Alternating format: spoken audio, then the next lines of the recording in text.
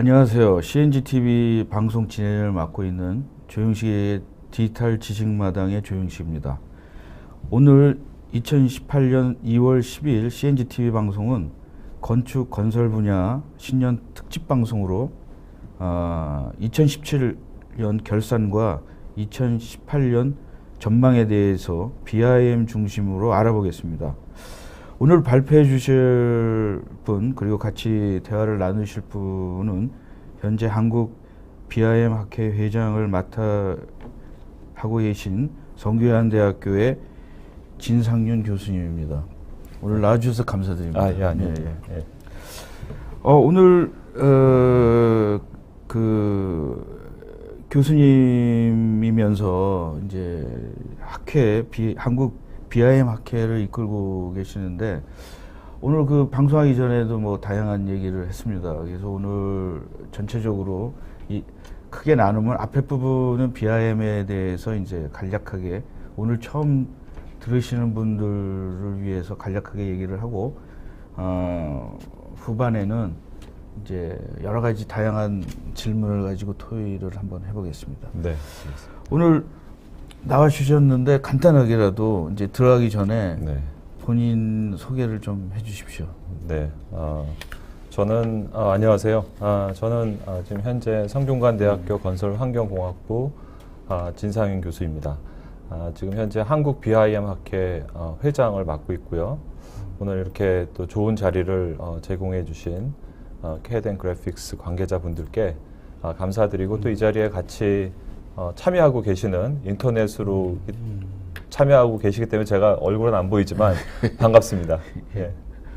오늘 약간 좀 특집입니다, 사실은. 네. 그래서 이제 오랜만에 이제 1대1로다가 특집을 한번 마련했는데 우선 그러면은 이제 BIM에 대해서 많이 벌써 10년 됐기 때문에 BIM에 대해서 많은 얘기들이 오갔습니다. 근데 이제 아까 보니까 이제 BIM의 정의가 이제 세 가지로 좀 진화를 많이 했나 보죠, 이제. 예, 뭐 요즘 보면은 이제 BIM의 정의를 크게 세 가지로 나눠서 생각을 하는데요.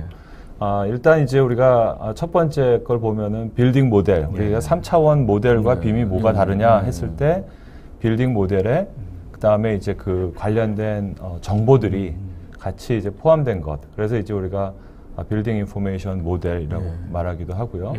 또는 이제 그런 그 3차원 모델과 또 관련된 정보, 이것들이 이 전체 생애 주기 동안 또 이 이해 당사자들, 발주자, 설계자, 시공자, 뭐 CM, 협력업체까지 이런 정보들이 같이 공유되고 또 협업되는 그런 과정을 통하기 때문에 그런 어떤 진행형의 의미를 가지고 있어서 빌딩 인포메이션 모델링. 사실 이제 빌딩 인포메이션 모델링이라는 의미가 가장 많이 활용이 되는데요.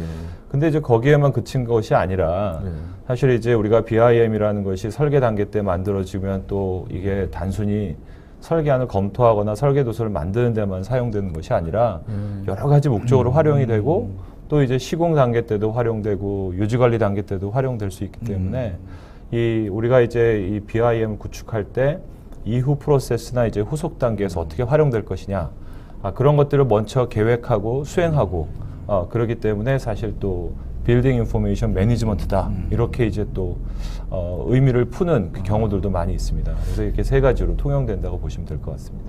처음에 한 10몇 년 전에는 그 BIM이라는 용어를 딱 처음에 들었을 때 좀 저는 이제 PLM, 프로덕트 라이프 사이클 매니지먼트를 하다 보니까 좀 이상하다라고 했는데 들으면 들을수록 굉장히 이거 진 사람이 굉장히 놀라운 그 예지력이 있는 것 같아요. 그래서 요즘에는 사실 엔지니어링도 모델 베이스 엔지니어링이라는 게 요새 아주 유행하고 있거든요. 그래서 이제 저 모델이라는 거는 일단 미래를 예측하려면 모델화를 시켜야 되니까. 그래서 참 잘 졌다라는 생각을 좀 하고 있습니다.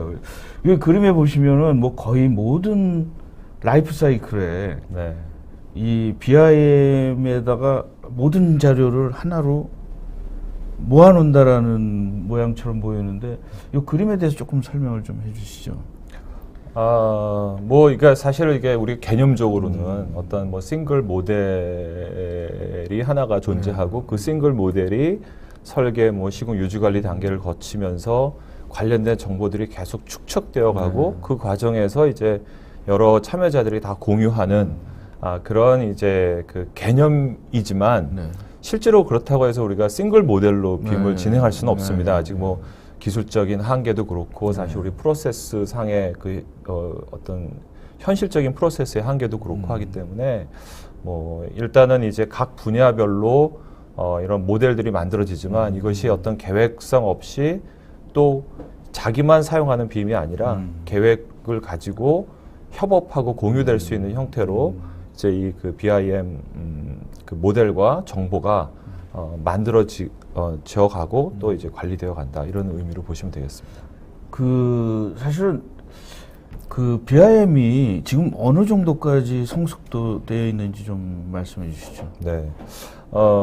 사실 이제 조 박사님께서 아까 이제 BIM 이름을 굉장히 잘 졌다 말씀하셨는데 이 BIM이라는 용어가 어느 날 갑자기 나온 건 아니고요. 사실 이제 이 개념 자체는 뭐 70년대도 있었고 컴퓨터 등장하면서부터 제가 옛날 제가 84학번인데 제가 옛날 학교 다닐 때는 토탈 서비스다 이런 얘기도 있었고요. 그러니까 디자인서부터 컨스트럭션 단계까지 컴퓨터를 활용해서 설계와 시공을 수행할 수 있다. 또는 이제 90년대 때는 CIC 해서 뭐 컴퓨터 인테그레이트 컨스트럭션 이런 용어를 쓰기도 했고요. 사실 이제 어떤 기술적으로 좀 성숙화되고 그 다음에 실무에 실제로 적용할 수 있는 그런 수준에 올라가면서 좀 다시 출발하는 그런 관점에서 BIM이라는 용어가 탄생하지 않았나라는 생각이 듭니다. 그래서 뭐 BIM이라는 용어를 누가 만들었냐 가지고는 뭐 여러 가지 설이 있지만 2000년대 초반에 어쨌든 미국 쪽에서 이 BIM에 대한 용어가 어떤 특정한 사람이 만든 거는 뭐 어떤 분은 이분이 만들었다, 어떤 분은 이분이 만들었다, 뭐 한 사람이 그렇게 만든 줄 됩니다. 알았어요. 근데 이제 뭐 그거가 뭐 지금 이렇게 이 시점에 중요한 건 아닌 것 같고요. 어쨌든 그래서 이제 뭐 우리나라에 이제 본격적으로 소개가 된 것은 2006년 말 2007년 그때 시점서부터 이제 BIM이라는 말들이 이제 많이 나오기 시작을 했고요. 벌써 10여 년이 지났는데 제가 이제 이 그래프를 이제 보여드리는 이유는 우리가 이제 일반적으로 이 그래프는 이제 가트너 그룹에서 이제 어떤 새로운 기술이 도입될 때 많이 활용하는 잘 아시겠지만 하이프 사이클입니다. 그래서 어떤 새로운 기술이 도입을 하게 되면 지금 여기 지금 이 커브에 나온 것처럼 초창기에는 상당히 많은 기대를 가지고 계속 올라가다가 이게 실제 적용해보고 좀 써보고 하니까 이건 뭔가 현실적인 문제에 부닥치기도 하고 생각했던 것만큼 그렇게 큰 효과가 나타나지도 않고 하니까 그 다음 이제 실망의 컵으로 이제 떨어지게 되거든요. 그래서 이제 우리 사실 이게 BIM도 2006년서부터 이제 되짚어 보면은 이 커브는 이제 제가 신문 기사를 중심으로 해서 어떤 캐들이 이제 기사들이 나왔는가 대표적인 것들을 좀 뽑아서 그 느낌을 좀 전달하려고 했는데 보시다시피 초기에는 이제 큰 기대로 시작했지만 또 이제 또 실망도 하게 되고 현실적인 어떤 한계나 문제점도 알게 되고 하지만 이제 중요한 거는 이제 우리가 알면서 이제 이 빔을 어떻게 활용하는 것이 과연 우리 산업의 이제 선진화에 도움이 될 것이냐 또 우리가 이제 각자가 경쟁력을 더 높이고 효율성을 높이기 위해서 어떻게 할 거냐라는 거를 이제 실질적으로 고민하기 시작을 한 것 같고요. 또 뭐 이후에도 말씀드리겠지만 이제 국가적인 차원에서 국토부에서 이제 최근에 발표한 제6차 건설 기술 진흥 기본 계획을 보더라도 뭐 여러 가지 뭐 4차 산업 요소 기술뿐만 아니라 BIM도 이제 이 적극적으로 활용하겠다 하고 있고 또 한국토지주택공사에서도 공동주택에 이제 BIM을 뭐 2020년서부터는 본격적으로 도입하겠다, 100% 도입하겠다, 뭐 이렇게 이제 선언할 만큼 국가 차원에서 이제 국가 차원이라든지 공공기업에서 이제 주도적으로 빔을 드라이브를 걸고 있습니다. 예. 근데 이제 사실은 기술적인 것들을 이제 여러 분들이 방송에 나와서 말씀을 해주셨어요. 솔루션에 대해서도 하고 뭐 여러 가지 하셨는데 이제 한번 좀 이 BIM에 대한 어떤 문화나 방식의 변화는 어떤지 현주소를 좀 말씀을 해주시죠. 그러니까 뭐 우리가 전에 CAD가 80년대에 도입될 때도 CAD가 도입되지 않을 것이다. 막 이제 이게 한계가 있다. 이런 말들도 있었다시피 이제 BIM을 가지고도 여러 가지 이야기들이 있지만 저는 이제 이 BIM은 우리가 기존에 써왔던 2D CAD와는 또 상당히 다르게 이거는 실질적으로 굉장히 큰 패러다임의 변화다. 그러니까 건축이나 토목, 뭐 통틀어서 건설에서 사용하는 이 표현하는 언어 전달 방식의 이제 변화다라고 보고 있고요. 이런 것들은 우리 이제 그 100여 년 전에 마차를 타고 다니던 시대에서 이제 자동차가 등장을 하게 되고 또 이제 마차와 자동차가 혼재한 시대를 지나서 상당히 많은 시행착오와 또 이제 그 희생을 통해서 우리가 자동차 산업이 이 자리 잡고 자동차 문화, 산업이라기보다 문화가 이제 자리를 잡게 되지 않았습니까? 뭐 이제는 주행 자동차까지도 나오고 있고 이 BIM도 이제 10년이 됐지만 그 사이에 사실은 정체되어 있던 것이 아니라 많은 시행착오와 또 나름대로의 어떤 여러 가지 희생을 통해서 또 이제 새롭게 그 한계를 넘기 위한 노력들이 지속되고 있고 앞으로도 이제 그 지속되면서 이 우리 산업에 좀 더 맞는 그런 이제 그 프로세스를 정착하게 될 것으로 기대를 합니다. 예. 이 초기에 사실은 이 BIM을 할 때 제가 이제 PLM이랑 3D CAD 쪽을 한 20-30년 했기 때문에 많이 물어왔었어요. 초기에는. 그래서 이렇게 보니까 제가 하고 있는 거는 좀 다른 CAD더라고요. 3D인데. 왜냐하면 저는 이제 메케니컬 CAD인데 메케니컬 CAD는 뭐 현재 컴퓨터가 많이 발전돼서 어떻게 수용할지 모르지만 좀 건설이나 이런 CAD는 용량이 뭐 메케니컬 CAD를 가지고는 용량이나 이런 여러 가지 문제들이 뭐 디테일이나 이런 거에는 좀 다르더라고요. 그래서 그때 제가 조언한 게 나름대로 이 3D CAD는 건설이나 뭐 건축 쪽은 새로 좀 가야 된다. 이 메케니컬 쪽을 쳐다보지 말고 우리 산업에 맞는 걸 가야 된다. 그런 얘기를 한 적이 있는데 해외 BIM은 계속 발전했겠죠?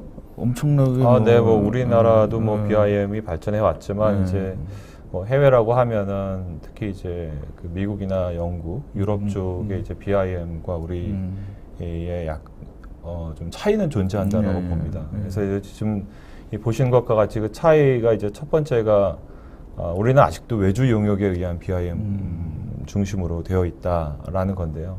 그거 좀 설명을 드리려면 다음 슬라이드를 좀 보면서 말씀을 드리고자 하는데 이제 그 BIM 그 수준이 어떠냐에 따라서 사실 BIM 활용하는 그런 어떤 활용이라든지 역할에 대한 차이가 이제 발생을 하게 됩니다.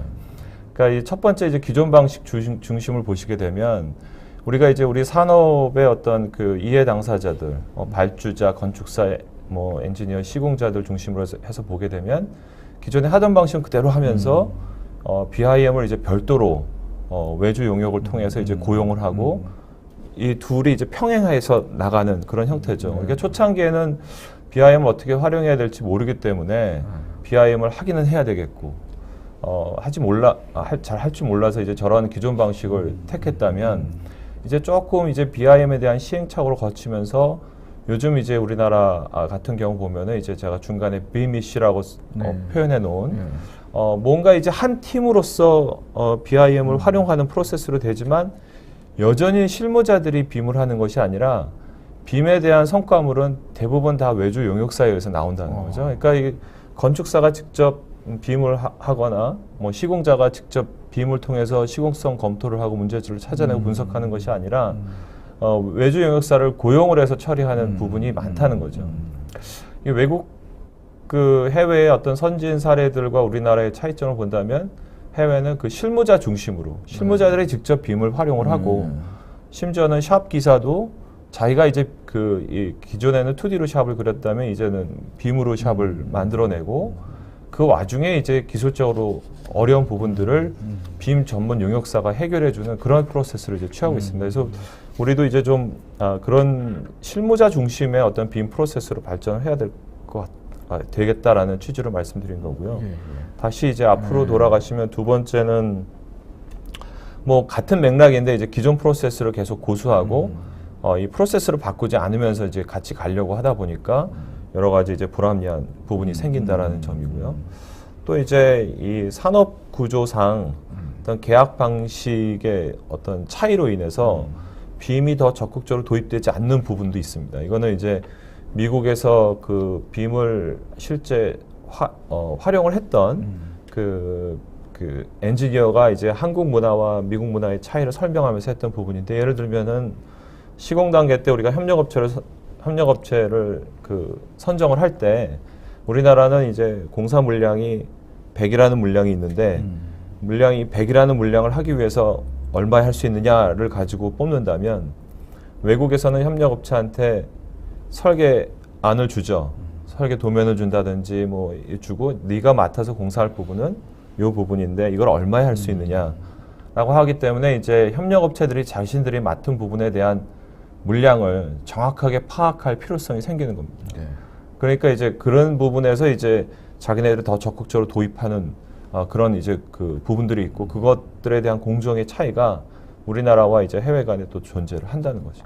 근데 이게 사실은 제일 어려운 부분이 아닐까요? 사실 문화적인 게 어떤 뭐 그 생산이나 뭐 제품을 그 설계를 하는 부분도 이런 문화적인 거가, 시스템은 외국에서 이렇게 발명돼서 왔는데 그렇죠. 그 문화와의 충돌이라든가 이런 뭐 것들이 제도적으로도 뒷받침 안 예. 되면 할 수 없는 부분이고 예.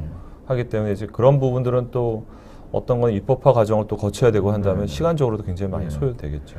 이 이 BIM 프로세스에 대해서 좀 네네. 그럼 아까 이제 그 역할에 대해서 잠깐 말씀드렸는데, 우리가 이제 이 빔을 도입을 하게 되면 사실은 뭐 이거 들으시는 분들은 어느 부분에 주로 계신지 모르겠지만 뭐 발주자가 될 수도 있고 설계자가 될 수도 있고 또 엔지니어가 될 수도 있고 건설 사업 관리자가 될 수도 있고 시공자가 될 수도 있습니다. 그래서 이 BIM 프로세스에서 이제 자기가 맡게 될 역할이 무엇이냐 하는 거를 먼저 이해하고 그 프로세스에 참여하는 것이 굉장히 중요하다. 왜냐하면 이런 역할에 대한 이해가 없으면 이 자기가 뭘 해야 되는지에 대한 이해가 떨어질 수밖에 없습니다. 그러면 제대로 된 수행 계획을 세울 수도 없고, 자기 업무하고의 어떤 그 연계성을 확보해서 빔을 더 잘 활용할 수도 없기 때문에 이제 자기 역할에서 이제 자기가 어떤 역할을 맡게 될 것이냐. 어떤 예를 들면은 설계 단계 때는 설계자가 모델링을 하는 주체고, 건설 사업 관리자가 그런 것들을 분석하고, 또 이제 뭐 설계자나 건설 사업 관리자가 그 프로세스에서 관리자가 될 수 있고, 시공 단계로 넘어가게 되면은 또 빔 모델러나 엔지니어의 역할을 가진 게 뭐 시공사나 전문 업체가 될 수 있고, 또 이제 애널리스트나 매니저는 또 시공사나 CM이 될 수 있고 하기 때문에 이제 그 어떤 역할, 그러니까 이 어떤 업역에 있느냐에 따라서 역할이 달라진다. 그 역할을 또 잘 이해할 필요가 있다. 예, 그런 취지로 이제 말씀을 드립니다. 그 기존의 방식과 BIM의 공존? 이거는 무슨 어떤 이거는 이제 우리가 그 BIM을 얘기를 하면 항상 이제 대가에 대한 얘기가 나옵니다. 뭐 특히 이제 설계하시는 분들도 이제 내가 BIM을 하면 BIM에 대한 대가를 더 줘야 된다. 이렇게 얘기를 하기도 하고요. 또 시공 단계 때도 우리가 이제 시공 단계 때도 BIM을 활용하게 되면 또 이제 그 예산이 확보돼야 된다. 이런 얘기들을 하게 됩니다. 근데 이제 과연 우리가 대가가 필요한 거냐? 각 단계별로 설계 단계 때. 그러니까 이 고객 관점에서 어떤 서비스에 대한 퀄리티가 더 높아지기 때문에 대가를 더 줘야 된다라고 명확하게 우리가 보여줄 수 있다면 그게 이제 논리적으로 말이 되지만, 그렇지 못한다면 그렇다면 이거는 단순히 추가 비용일 뿐이다라는 것이죠. 근데 우리가 이제 그 해외와 우리나라의 차이를 보게 되면 이런 어떤 그 BIM 도입으로 인한 그 추가 비용을 사실은 어떻게 해야 되냐면 각자 내부 프로세스 효율화를 통해서 그런 추가 비용을 상쇄시킬 수 있어야 됩니다. 그러니까 설계자는 기존에 비해서 설계 프로세스가 구축이 되면 과거에는 2D로 할 때 많이 발생했던 도면상이 누락, 오류로 인한 그런 보완 작업이 대폭 줄기 때문에 전체적인 총량으로 따지면 설계에 투입되는 맨파워 투입 인력이 줄어들 수 있어서 그런 부분에서 상쇄할 수 있는 부분도 있고, 시공사도 지금 보면은 시공 단계 때 뭐 추가적으로 뭐 예산을 확보한다 그러면 대형 프로젝트 같은 경우는 10억 이상씩 뭐 예산을 확보해야지 상주 인력을 확보해서 시공 단계 때 빔을 적용한다 이렇게 하는데, 사실은 우리가 이제 그 해외 건설사들을 보게 되면은 빔 프로세스를 통해서 코스트를 다운 시킬 수 있는 방법을 찾아내고 그러한 이익을 서로 같이 공유하는 그런 이제 계약 방식을 개발함으로 해서 오너에게 뭔가 그 추가적인 비용을 요구하기보다는 오히려 이익을 발생시켜서 공유하는 형태의 프로세스로 발전하고 있거든요. 우리들이 이제 궁극적으로는 이제 그런 방향으로 좀 고민을 해야 되지 않겠느냐라는 취지에서 이제 말씀드리는 겁니다. 근데 외국에 그러니까 뭐 선진국 같은 데는 BIM으로 시공하는 퍼센테이지가 보통 어느 정도 많습니까? 아주 뭐 대부분 저는 굉장히 많은데요. 이게 우리가 이제 예를 들면은 미국이나 외국의 이제 그 건설사들, 뭐 설계 사무소들은 이제 이미 많다는 건 알려져 있지만 건설사들의 홈페이지를 보게 되면 이 BIM 서비스에 대한 부분을 굉장히 자신들이 제공할 수 있는 중요한 서비스 중에 하나로 보고 그렇게 많이 수행하고 있다라는 홍보를 많이 하고 있습니다. 그리고 심지어는 이제 미국 건설사 쪽에서는 제너럴 컨트랙터들 관점에서는 BIM이라는 용어보다 오히려 Virtual Design and Construction이라는 용어를 많이 씁니다. 그래서 VDC라고 하면 쓰면서 빔과 VDC의 차이가 뭐냐. 그러니까 이제 빔은 설계사 관점에서 우리가 이제 그 어떤 그 설계 프로세스를 빔으로 한다면 그 제너럴 컨트랙터 관점에서는 설계안이 2D로 되어 있건 빔으로 되어 있건 자기네들이 그걸 받아서 빔을 활용해서 시공성 검토를 하고 코스트 다운을 할 수 있는 방법을 찾아내고 거기서 효율적인 것들을 찾아내서 그 프로핏을 오너에게도 주고 자기네도 갖겠다 이런 취지이기 때문에 굉장히 적극적으로 활용되고 있다 이렇게 보시면 되겠고요. 그래서 제가 이제 그 뒤에 슬라이드를 쭉 내리면은 사실 이제 그 나중에 말씀드리려고 했는데 이제 이 슬라이드가 있는데 오히려 이제 이 그 미국에서의 통계를 보면 제너럴 컨트랙터 그러니까 시공사의 빔 도입률이 설계사무소를 더 앞질렀을 만큼 적극적으로 도입되고 있다 이렇게 알고 있습니다. 저도 그 사이트에 가서 보니까 그런 용어들이 BIM이라는 용어보다는 사실은 제가 이제 BIM 커뮤니티는 아닌데 제3자 입장에서 보면은 돈을 내는 사람은 돈을 더 BIM을 해서 돈이 조금 더 내야 된다고 그러면은 좋아하진 않을 것 같아요. 건물주 입장에서는요. 아니, 당신들이 더 효율적인 거에 해서 해야 되는데 왜 내가 더 내야 되냐. 근데 이제 그 건물주나 이런 사람들에게 버추얼로 미리 보여주거나 어떤 서비스가 한다 그러면 야 괜찮네. 내가 이거에 대해서 그 뭐 대비할 수 있고 뭔가 준비할 수 있는 그 어떤 비주얼라이제이션이나 이런 거를 한다 그러면은 굉장히 좋아할 것 같은 좀 그런 생각이 그러니까 이제 접근 자체가 우리가 이제 BIM을 쓰는 프로젝트도 있고 안 쓰는 방법도 있는데 빔을 쓰면 얼마를 더 주십시오 이런 거보다는 오히려 이제 우리가 저 회사는 이 프로젝트를 하게 되면 이게 굉장히 리스크가 많고 내가 사실 불확실하기 때문에 이 프로젝트가 공기 내에 끝날지 예산 내에 맞출 수 있을지 굉장히 고민된다. 근데 A라는 회사랑 일을 하게 되면 뭐 빔도 쓰지 않고 기존 방식으로 하기 때문에 어떻게 될지 불안한데 B라는 회사랑 하게 되면 일단 우리의 요구사항이 설계안에 제대로 반영되는지도 알 수 있고 그 다음에 뭐 예산이나 공기에 대한 어떤 그 불확실성도 훨씬 더 줄일 수 있다라면 그런 차이에서 사실 B라는 회사는 내가 좀 더 공사비는 조금 더 높을지 몰라도 이 회사랑 하는 게 훨씬 더 안전하겠다 이런 취지에서 사실 접근할 수 있겠죠. 그래서 이제 단순히 어떤 대가 차원에서 접근하는 것보다는 그런 어떤 고객 입장에서 뭔가 예를 들어서 리스크를 훨씬 더 줄일 수 있다든지 서비스 퀄리티를 높일 수 있다라는 부분을 좀 부각시키면서 그러면서 이제 좀 대가를 차별화할 수 있는 이제 그런 전략으로 우리가 좀 더 세련된 전략으로 접근해야 되지 않을까 이렇게 생각이 듭니다. 굉장히 좋은 말씀이신데요.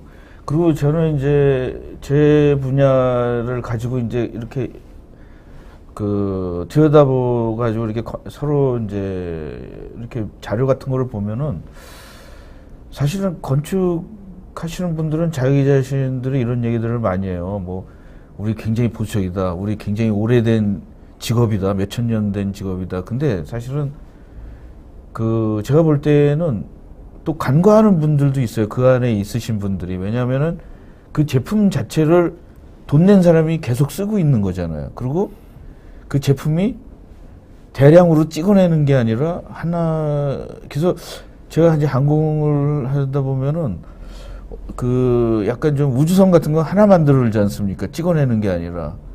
그래서 그런 거와 저도 많이 배우거든요. BIM 쪽에다 보면은 처음에 3D는 좀 제품 생산 쪽에서 많이 갖다 썼는데 우리 요즘에 보면은 제품 할 때 보면은 그 요새 뭐 3D를 넘어서 뭐 4D, 5D 이런 거 보면 제품 개발하는 사람이 저런 아이디어는 갖다 써야 되겠다라는 얘기를 제가 가서 많이 하거든요. 네.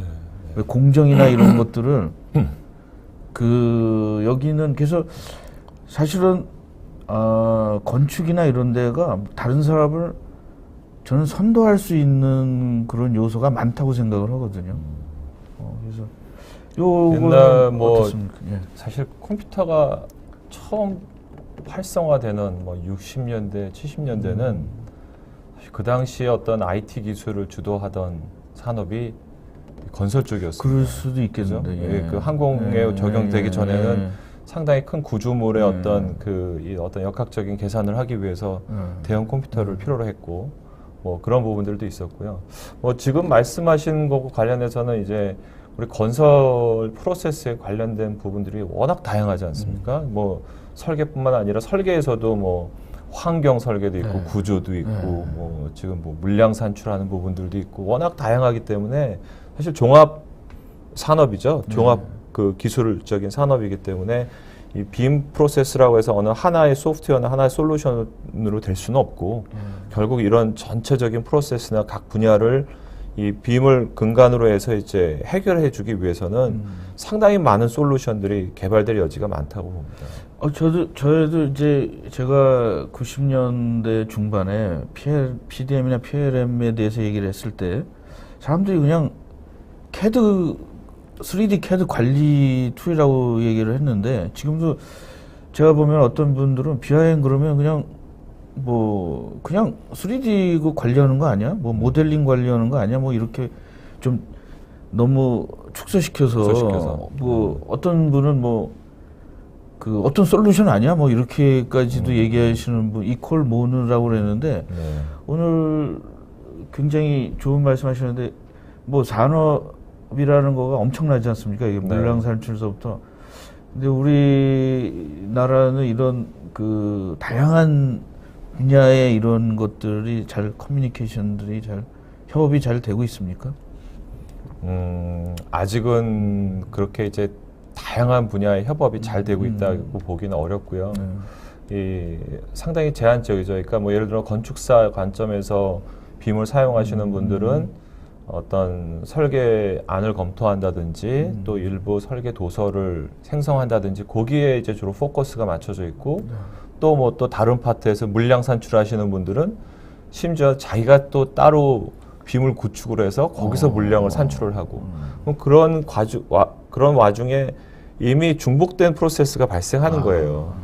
그러니까 이제 그 제가 프로세스 변화가 필요하다라고 본다라고 말씀드리는 것은 우리가 이제 전체적인 프로세스를 다 두고 예를 들어 빔과 같이 연계해서 이게 하나의 그 새롭게 이제 프로세스 이노베이션을 한다면 어떤 분야는 기존에 비해서 해야 될 일이 좀 더 많아질 수도 있고 어떤 분야는 이제 앞에 프리 프로세싱으로 하던 일들이 대폭 줄기 때문에 오히려 또 일이 줄어들거나 아니면은 그 이웃단을 또 만들 수 있는 부분들이 있기 때문에 우리가 이제 이렇게 어떤 스몰 빔이라고도 얘기할 수 있는데 어떤 자그마한 단위로 생각할 것이 아니라 어떤 산업 차원에서 좀 크게 생각을 하고 진행을 해야 되겠다. 그리고 우리가 이제 빔 프로세스를 할 때 가장 중요한 개념 중에 하나가 begin with the end in mind라는 게 있습니다. 이게 뭐 뭐 성공한 사람들의 7가지 습관 중에 하나인데 이게 이제 그 끝을 염두에 두고 시작해라라는 말이 빔 프로세스에서 굉장히 중요한데 그 얘기는 무슨 말이냐면은 이 빔 모델을 구축하는 사람들은 각 분야별로 따로 있을지 몰라도 이게 내가 사용할 부분만 생각하고 만든다면 후속 단계에서 활용될 수 없기 때문에 그 가치가 떨어진다는 거죠. 그 뭐 IT에서도 그런 말이 많아요. 뭐 think big, start small.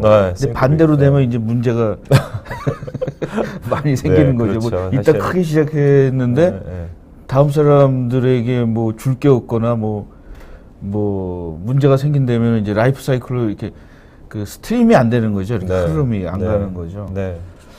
그래서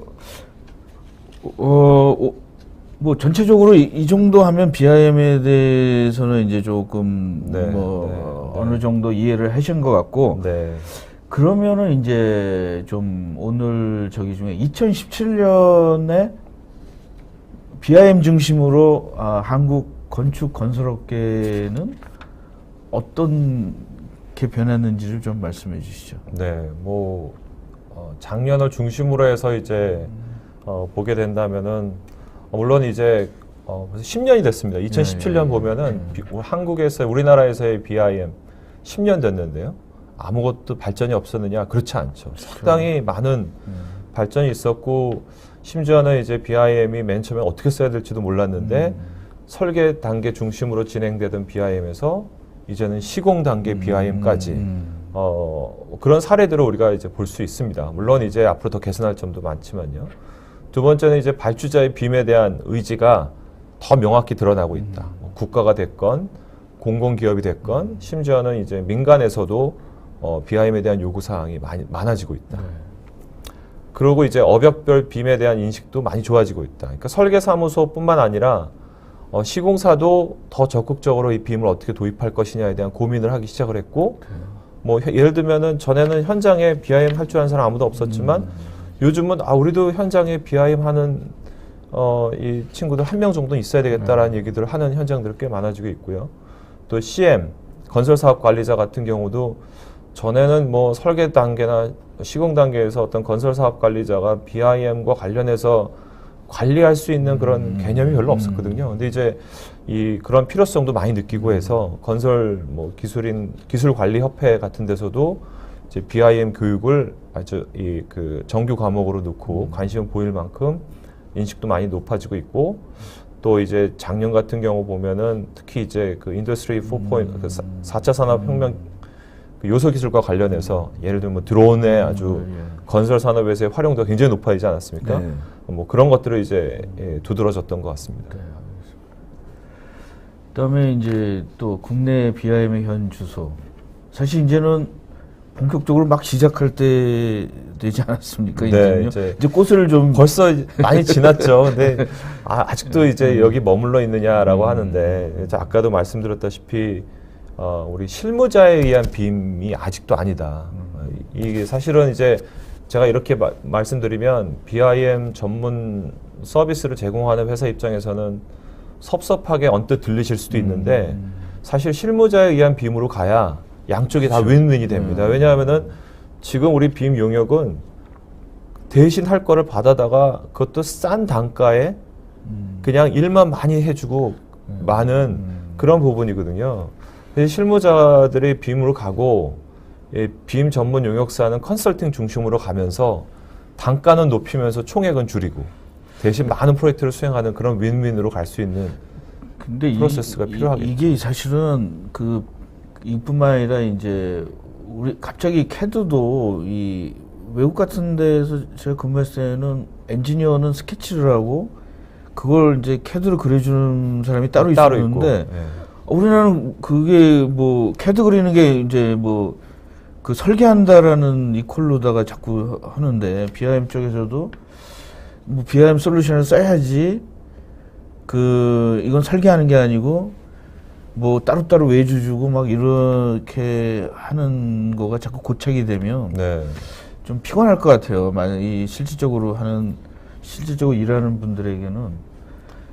그다음에 배워도 써먹을 기회가 이거 이제 우리가 이제 예를 들어 학교에서 BIM을 가리키고 근데 이제 우리가 이 프로세스가 실무자에 의한 프로세스로 가지 않는다면 우리가 아무리 가리켜도 그 학생이 새로 회사에 갔을 때 그 배운 기술을 써먹을 수 있는 기회가 없어진다면 그것도 상당히 우리가 어떤 앞으로 미래지향적이고 또 이제 창창이 이제는 뭐 100세 시대에 이 살아나가야 될 텐데 국제 경쟁력도 뭐 해외에서는 실무자 중심으로 가서 실무 경험을 쌓으면서 새로운 기술을 어떻게 적용해야 될지를 배우는 세대와 배워도 써먹을 데가 없는 프로세스가 있다면 이게 우리 국가적인 차원에서도 큰 손실이다라는 거죠. 그래서 이 그 프로세스 산업 차원에서의 프로세스 이노베이션이라는 것은 어떤 이 우리가 인재를 데리고 와서 또 새로운 기술과 접목을 해서 이걸 기반으로 더 발전할 수 있는 기회를 준다는 차원에서도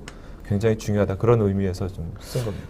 사실 우리 이거 방송하기 전에 이제 잠시 얘기했을 때도 저는 이제 뭐 잘 모르니까 이런 얘기를 했는데 BIM에게도 이제 젊은 사람들이 스타트업도 있을 테고 또 BIM에 대해서 다양한 그 아이디어를 전 세계에다가 이렇게 서비스하는 사실은 BIM이라는 거가 커다란 건 있지만 다양한 서비스는 엄청나게 많은 거지 않습니까? 그렇죠. 예, 뭐 그런 것들에 대해서 우리나라가 정부도 뭐 스타트 기업이 뭐 IT 서비스만 하는 게 아니라 이런 엔지니어링이나 이런 인포메이션 이런데 스타트업 기업도 좀 많이 나왔으면 좋겠어요. 네, 기회가 있죠. 그러니까 아까도 그 말씀 들으면서 잠깐 생각났는데 핀란드 같은 경우 보면 핀란드가 에서 BIM 관련된 그 어플리케이션들이 개발돼서 성공한 사례들이 몇 가지가 있어요. 대표적인 사례 중에 하나가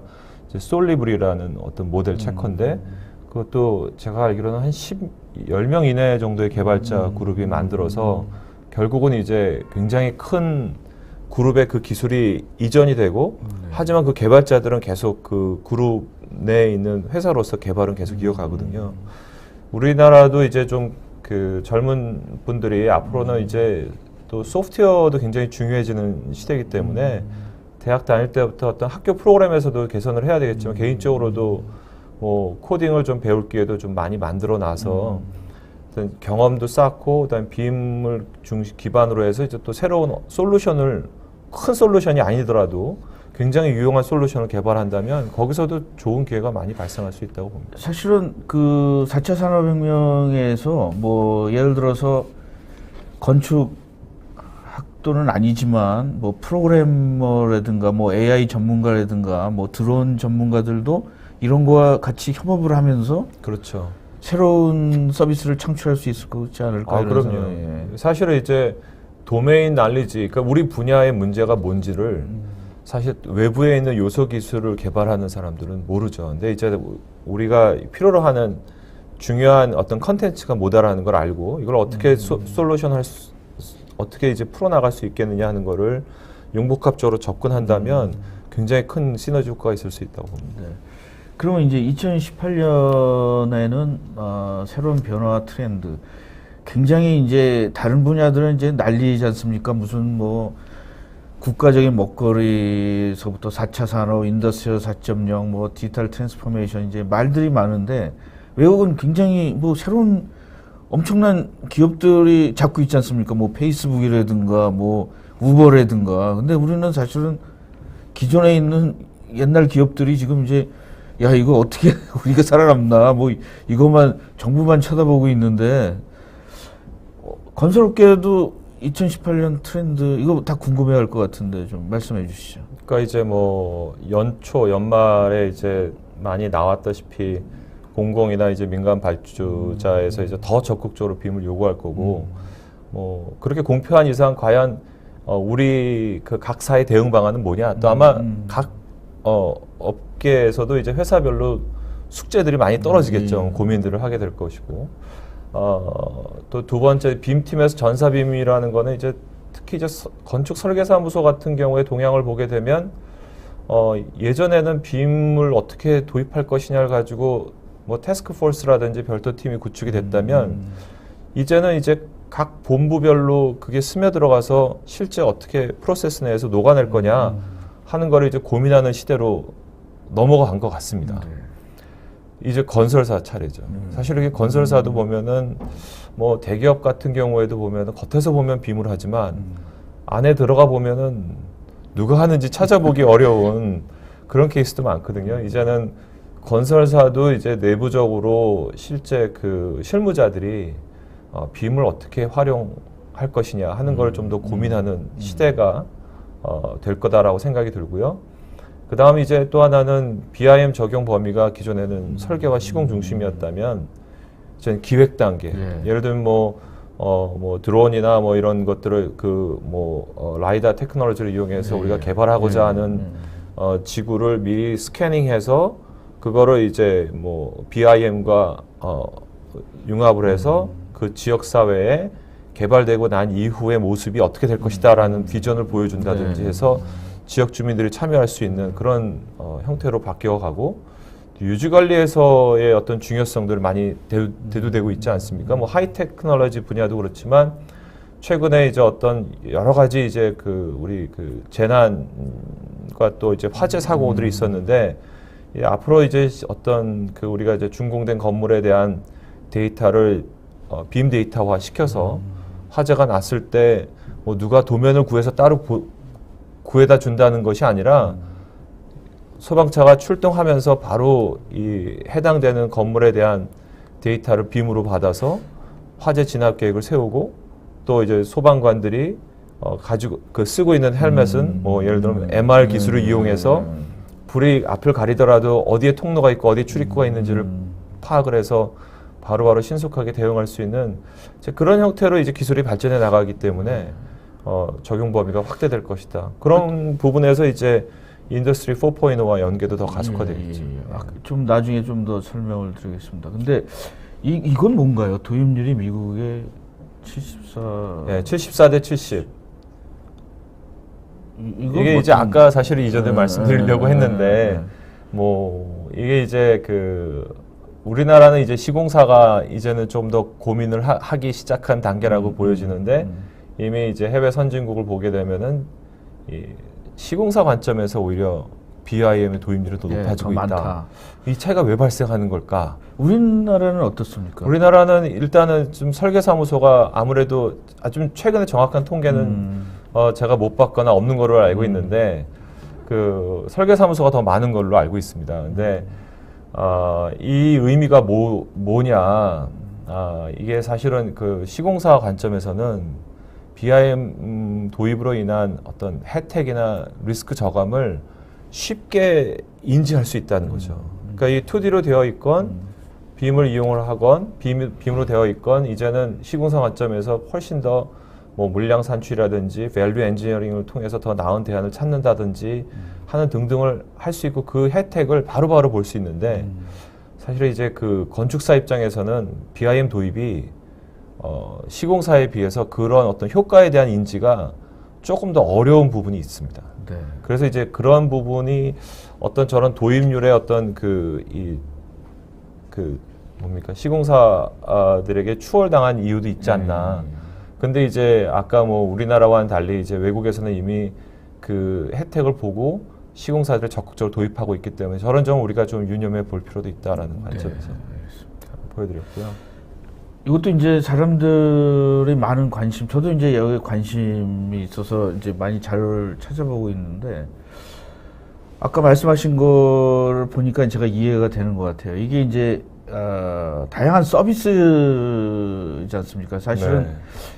일반적으로 지금 BIM을 막 공부하신 분들은 야 여기 꼭 BIM 하나 겨우 공부했는데 왜 이런 뭐 버추얼 리얼리티도 해야 되고 뭐 증강현실 뭐 드론 뭐 이런 거 다 내가 다 공부해야 되나 뭐 이런 것들에 대해서 좀 우려도 있는데 설명을 좀 해주시죠. 네, 이거를 뭐 각각의 요소 기술을 다 공부를 해야 된다라기보다는 이게 이제 어떤 기술이 있고 그거를 내가 맡은 업무에서 어떻게 사용하면은 좋겠느냐 하는 그런 관점으로 본다면 그다지 어렵지는 않을 것 같고요. 근데 그것뿐만 아니라 각각 단계에서 이제 이런 기술들이 나와 있지만 사실은 우리 건설 프로세스에서 구체적으로 이걸 어떻게 활용되고 거기에 필요한 솔루션이 뭐냐 하는 것들이 다 개발된 건 아니거든요. 네네. 그래서 또 이제 그 젊은 분들 입장에서는 기회가 이렇게 많다. 이게 이제 그런 부분입니다. 그래서 네. 뭐 기획 단계에서 아까 말씀드린 것처럼 뭐 드론이나 라이다나 뭐 포토그래메트리 뭐 그런 기술들을 이용해서 어떤 그 우리가 개발하고자 하는 지역에 대한 모델링과 또 구축하고자 하는 시설물을 연계를 통해서 구축되고 난 다음에 어떻게 될 것인지를 미리 파악을 할 수 있고 뭐 설계 단계 때도 뭐 발주자의 요구 사항이 어떻게 설계 안에 반영되는지 뭐 시공 단계 때도 우리 원래 계획된 대로 공사가 이루어지고 있는지 누락된 건 없는지 심지어는 이제 건설 장비와의 어떤 연계를 통해서 더 정확하게 또 신속하게 공사할 수 있는 그런 프로세스를 발전할 수 있고 나아가서는 이제 유지관리 단계 때도 뭐 IoT 기술과 연계해서 네. 여러 가지 어떤 건물의 효율성을 높일 수 있는 그런 형태로 발전할 여지가 있죠. 지금 저는 BIM 여지까지 BIM이 그 시공자나 설계자들에게 주로 집중됐다고 보는데 이제 앞으로는 뭐 사용자와 뭐 오너 모든 사람들이 이거를 다 묶을 수 있을 것 같은 생각이. 네, 아주 좋은 지적이신데 사실 BIM 얘기하면은 가장 큰 것 중에 하나가 콜라보레이션과 커뮤니케이션입니다. 그러니까 가시화를 하기 때문에 여러 그 분야의 사람들이 모여서 무엇이 문제인지 빨리 찾아내고 그 해결을 어떻게 해 나갈 것인지 그 해결책을 신속하게 찾아낼 수 있다는 거죠. 왜냐하면 커뮤니케이션이 원활해질 수 있기 때문에 그런 부분이 가장 큰 이점 중에 하나입니다. 그 제가 전에도 말씀드렸는데 이제 한국 BIM 학회 제가 자꾸 협회라고 해서 그래서 오늘 처음으로 학회가 협회보다 훨씬 더 오픈 마인드 된 거다 이런 말씀을 해주셨는데 제가 공감을 하고 있습니다. 왜냐하면 협회라는 건 약간 좀 이직 집단이고 학회는 사회에 뭐 굉장히 많이 공헌을 하는 뭐 돈을 벌려는 조직은 아니잖아요. 네, 그럼요. 저희는 이제 비영리 조직이고요. 예. 그래서 좀 소개를 좀 해주시죠. 네, 뭐 저희 그 한국 BIM 학회는 지금 2010년서부터 이제 2010년에 창립돼서 지금 현재 8년째 지금 학회를 운영을 하고 있습니다. 저희 학회에서는 이제 학회지와 논문집을 개간지로 이제 발행을 하고 있고요.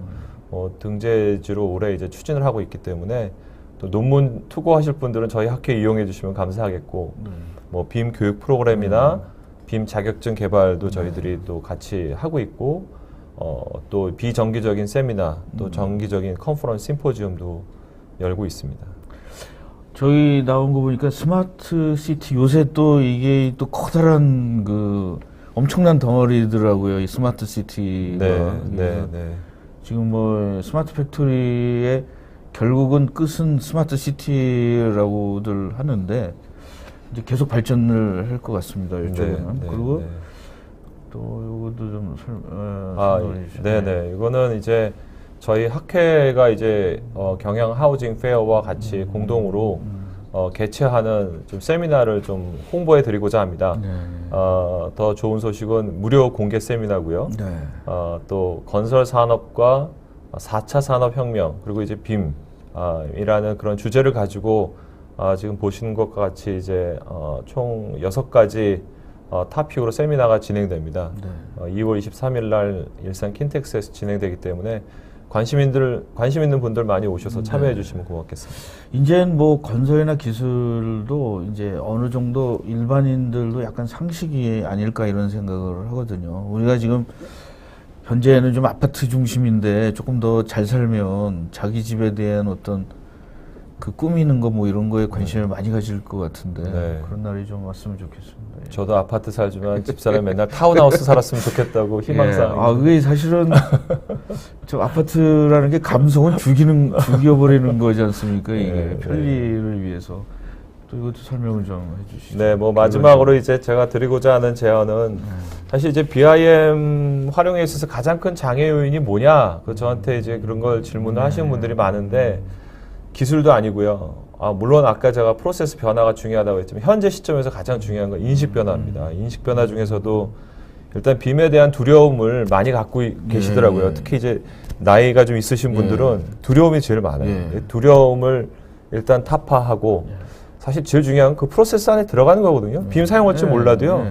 빔 같이 보면서 뭐가 문제구나, 문제를 어떻게 해결할 거냐, 그것만 해더라도 저는 벌써 절반 이상 했다고 봅니다. 그래서 그런 인식 변화를 통해서 다 이제 받아들일 준비가 된다면 우리가 실제로 자기 업무와 어떻게 연계될 것이냐 하는 걸 고민해서 프로세스를 변화하게 될 것이고, 그런 어떤 새로운 프로세스를 기반으로 해서 가치를 더 많이 창출하게 될 것이고, 또 그런 부분이 된다면 또 새로운 니즈가 발생해서 또 이제 새롭게 기술 발전의 또 요구 사항도 제시하고, 또 더 지속적으로 발전되는 기술을 또 어떻게 활용할 것인지, 이런 선순환적인 루프가 진행되는 것이 이게 이제 뭐 산업의 발전이나 개인의 개발을 위해서도 좋다고 생각을 합니다. 저는 지금 이제 갑자기 생각이, 요즘에 이제 조선업이 굉장히 문제 힘들다 그러는데, 사실은 제 객관적으로 보면 조선업이랑 건축업이랑 비슷한 게 많아요. 네. 빌딩이라고 그러지 않습니까? 네. 그래서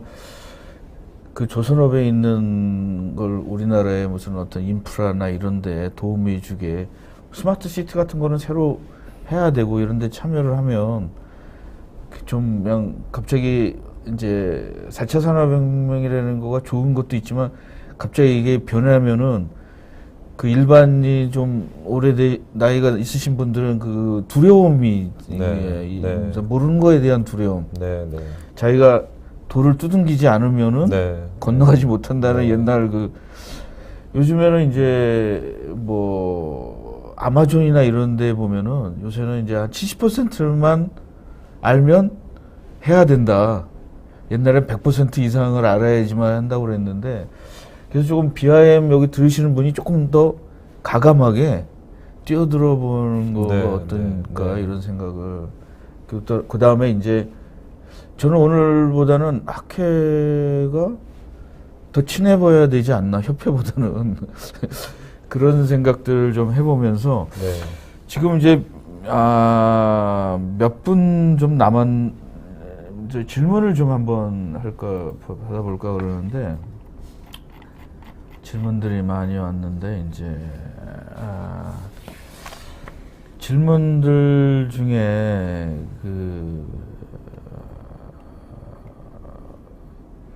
오늘 다 이렇게 팬들이 목소리가 좋다고, 정말 목소리가 좋으신 것 같아요. 감사합니다.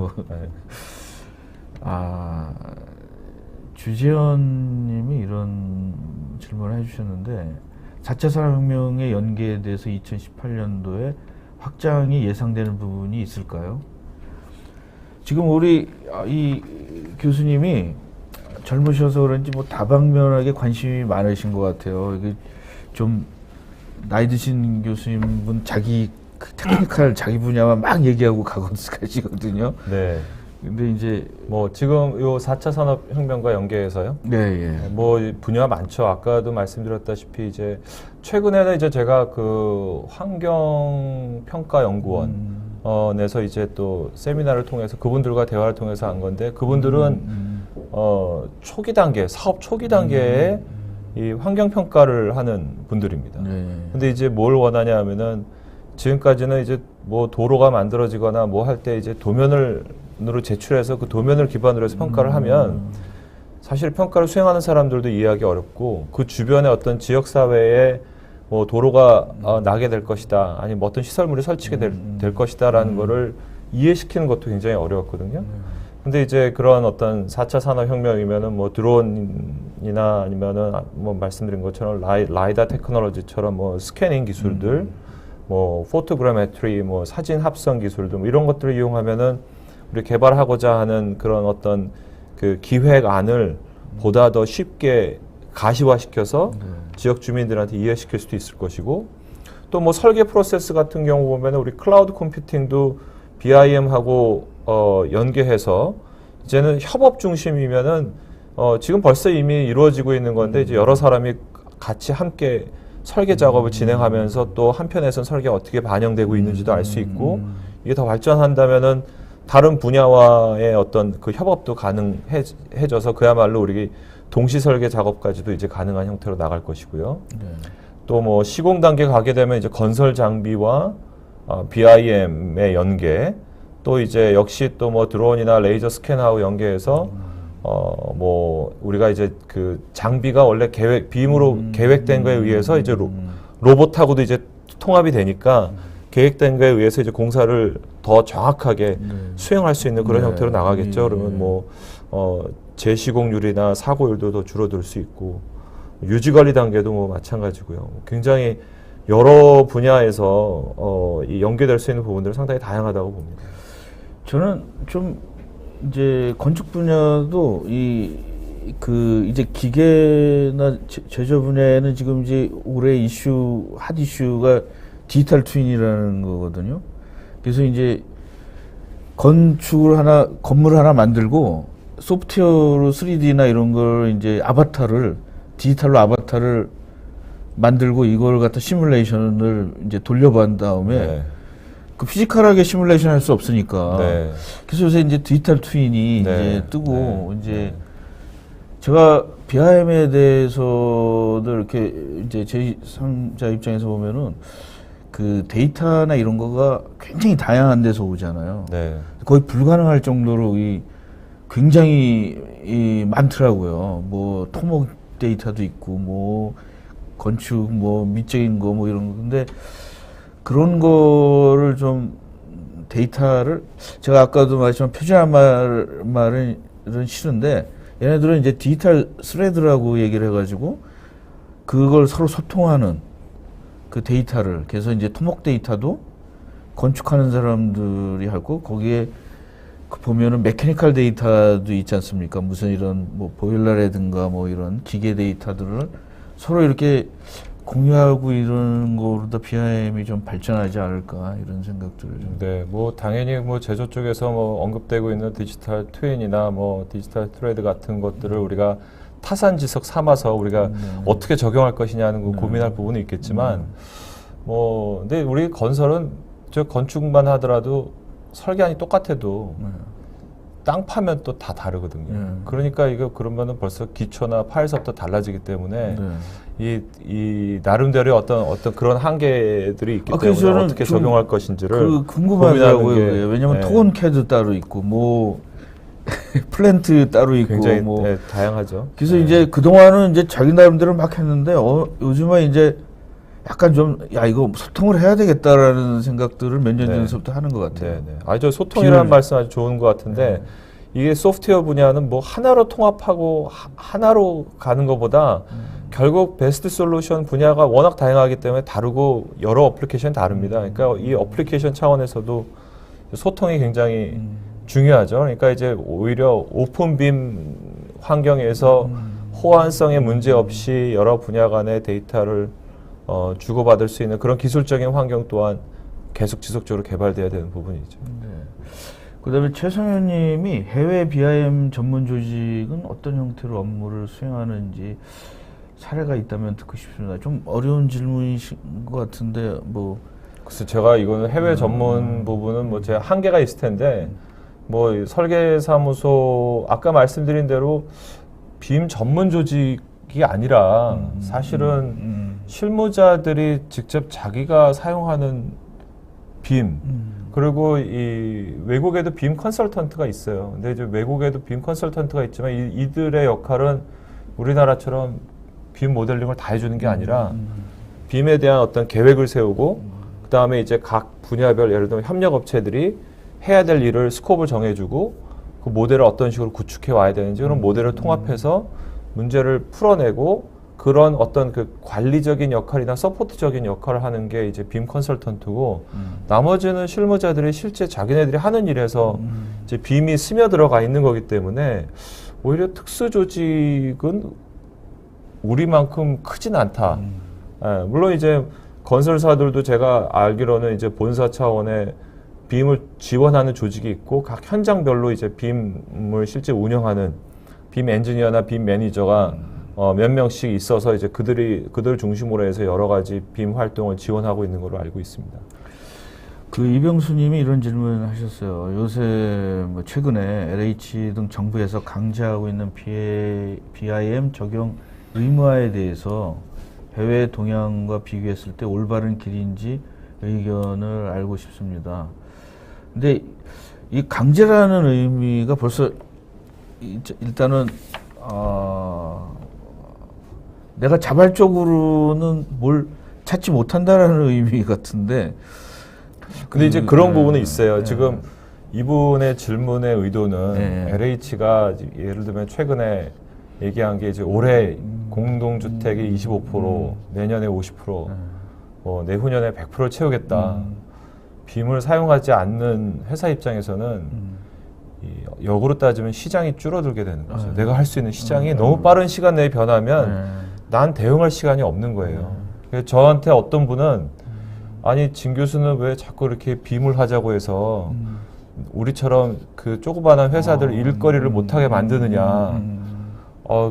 사실 이제 저도 이제 그 빔을 하는 사람 입장에서 그런 부분에 대해서는 상당히 이제 조심스럽게 접근을 해야 된다라고 생각을 합니다. 그래서 이 LH가 이제 뭐 계획대로 3년 만에 될 건지 그거는 잘 모르겠지만 하지만 뭔가 이렇게 국가나 아니면 공공기관에서 어떤 방향을 제시하고 좀 드라이브를 거는 거는 좀 필요하지 않을까 하는 생각이 들고요.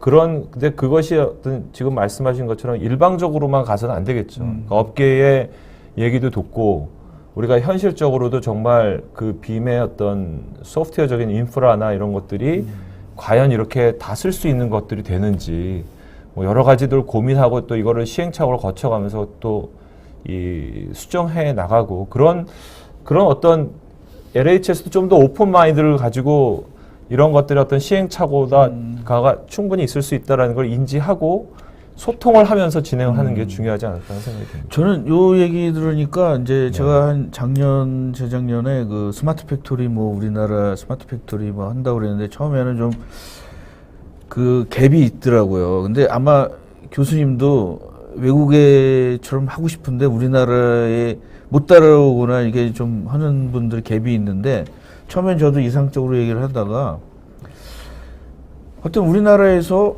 그 스마트 팩토리라고 해서 국가에서 하여튼 뭐 한 50%를 지원을 하는 거예요. 이 공장 뭐 스마트 팩토리라기보다는 공장 인포메이션화. 예.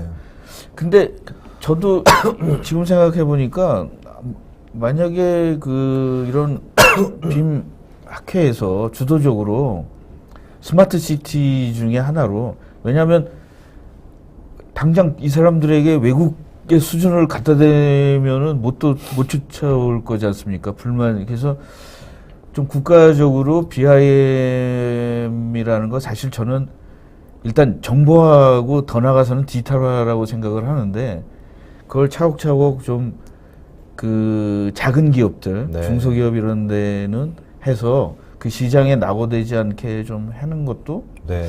역할이 아닐까 이런 생각을. 맞습니다. 예, 참 일이 자꾸 많아진 거는 개인적으로는 걱정도 되지만 예, 뭐 지금 아주 중요한 언급해 주셨고요. 학회에서도 이런 어떤 사실 대기업은 스스로 알아서 변화에 대응하고 또 그쵸. 그럴 수 있는 부분이 있지만 중소기업은 그러기에는 좀 부족한 부분이 많이 있거든요. 중소기업이 걱정이에요. 네, 그래서 학회도 이제 이런 그 어떤 우려나 이런 것들을 좀 같이 고민하고 또 이제 정부의 그런 부분에서의 어떤 제안을 역으로 또 할 수 있는 그런 장이 좀 마련을 하도록 하겠습니다. 뭐 이런 관심 있는 분들 또 학회에 또 가입도 해주시고 또 이런 학회 세미나 있을 때 그런 것들을 와서 문제 제기를 해주시면 저희가 사실 이렇게 위원회도 만들 수 있거든요. 그럼 위원회를 통해서 이런 분들의 얘기를 좀 더 뭐랄까 좀 체계화시키고 어필할 수 있는 방법도 찾아내고 그런 어떤 공동 작업을 좀 추진할 수 있겠죠. 사실은 이런 방송이 이런 소통이랑 이게 상상력을 서로 나눌 수 있는 것 같아요. 이게. 네. 그래서 오늘은 모르는 분들 사실 여기 있는 분도 대부분 모르시는 분인데 하나 질문만 더 하겠습니다. 우리 좀 얘기를 했었는 건데 네. 그 건축 건설 분야의 젊은이들 진로에 대해서 조금 더 하고 싶은 말 있으시면 좀 말씀을 해달라고 그러는데 이제 사실은 제가 깜짝 놀란 게 저 때는 공대나 이런 데가 굉장히 잘 됐었어요. 왜냐면은 근데 지금 이렇게 가보면은 공대 예를 들어 컴퓨터 쪽 이외에는 기계나 이런 데가 뭐 건축 이런 데가 옛날보다 젊은이들이 이렇게 굉장히 막 직업이 많다고 생각하지는 않는 것 같아요. 그래서 그 젊은이들에게 한번 좀 이걸 듣는 새로운 그 젊은이들에게 BIM이나 이런 걸 통해서 4차 산업이나 BIM을 통해서 네. 어떤 새로운 기회를 창출할 수 있는 거에 대해서 좀 말씀을 해주시는 걸로 이제 네, 알겠습니다. 제가 이제 우리 건설 분야를 다른 학문 분야 공대 내에서 이제 학생들한테 설명할 때 가장 많이 사용하는 것 중에 하나가 우리 직업 수명이 길다. 우리 분야는. 그러니까 이제 대기업 평균 근속 연수를 보게 되면 한 11년 정도가 되거든요. 그러니까 이제 지금은 근데 우리가 100세 시대 가면서 정말로 어떤 산업에서 그러니까 이 직업 수명이 굉장히 기냐 하는 거 굉장히 중요하고요. 만약에 이제 이 어떤 젊은 분들이 이 건축이나 건설 분야가 나의 적성과 맞다라면 미래가 암울하다라는 생각은 전혀 할 필요 없을 것 같습니다. 그리고 이제 이 건설 산업은 항상 어떤 그 시대의 그 활용 가능한 기술들을 받아들여서 그 결과물이 그 산출물로 나오거든요. 그렇기 때문에 그 시대에 어떤 새롭게 그 개발되는 기술들을 여러분들이 지속적으로 습득하고 이 분야에서 이제 고민을 하면서 여러분들이 또 새로운 솔루션을 제시하고 한다면 이 부분에서의 어떤 미래는 우리가 사실 이제 그동안 산업 시대에서 너무 건축 건설이 확장 일로로 오다가 지금은 좀 이렇게 다듬어서 이제 좀 군살도 더 띄어내고 하는 부분이지 건축 건설 분야가 없어질 수는 없는 부분이거든요. 그렇죠. 그렇기 때문에 여러분들이 이제 이 분야에 애착이 있고 적성이 있다면 전혀 실망하실 필요 없습니다. 미래 밝습니다. 저는. 예, 네. 알겠습니다. 예. 오늘 나와주신 우리 교수님에게 다시 한번 감사드리고요. 오늘 약간 좀 시간이 지났지만 질문 많이 해주시고 오늘 아주 재밌게 방송을 한 것 같습니다. 네. 그래서 이것으로 오늘 CNG TV 방송을 마치겠습니다. 잠시 후 본 방송에 대한 설문조사를 하려고 합니다. 설문에 응답해 주신 분에게 여러 가지 경품을 드려요. 네. 예, 그래서 또한 우리 그 지식방송이 또 제가 그 CNG 공식 블로그도 있어요. 거기 들어가셔서 더 많은 질문을 해주시면 제가 우리 교수님한테 질문을 받아서 거기다 다시 올리겠습니다. 오늘 방송은 여기까지 하겠습니다. 시청해 주셔서 감사합니다.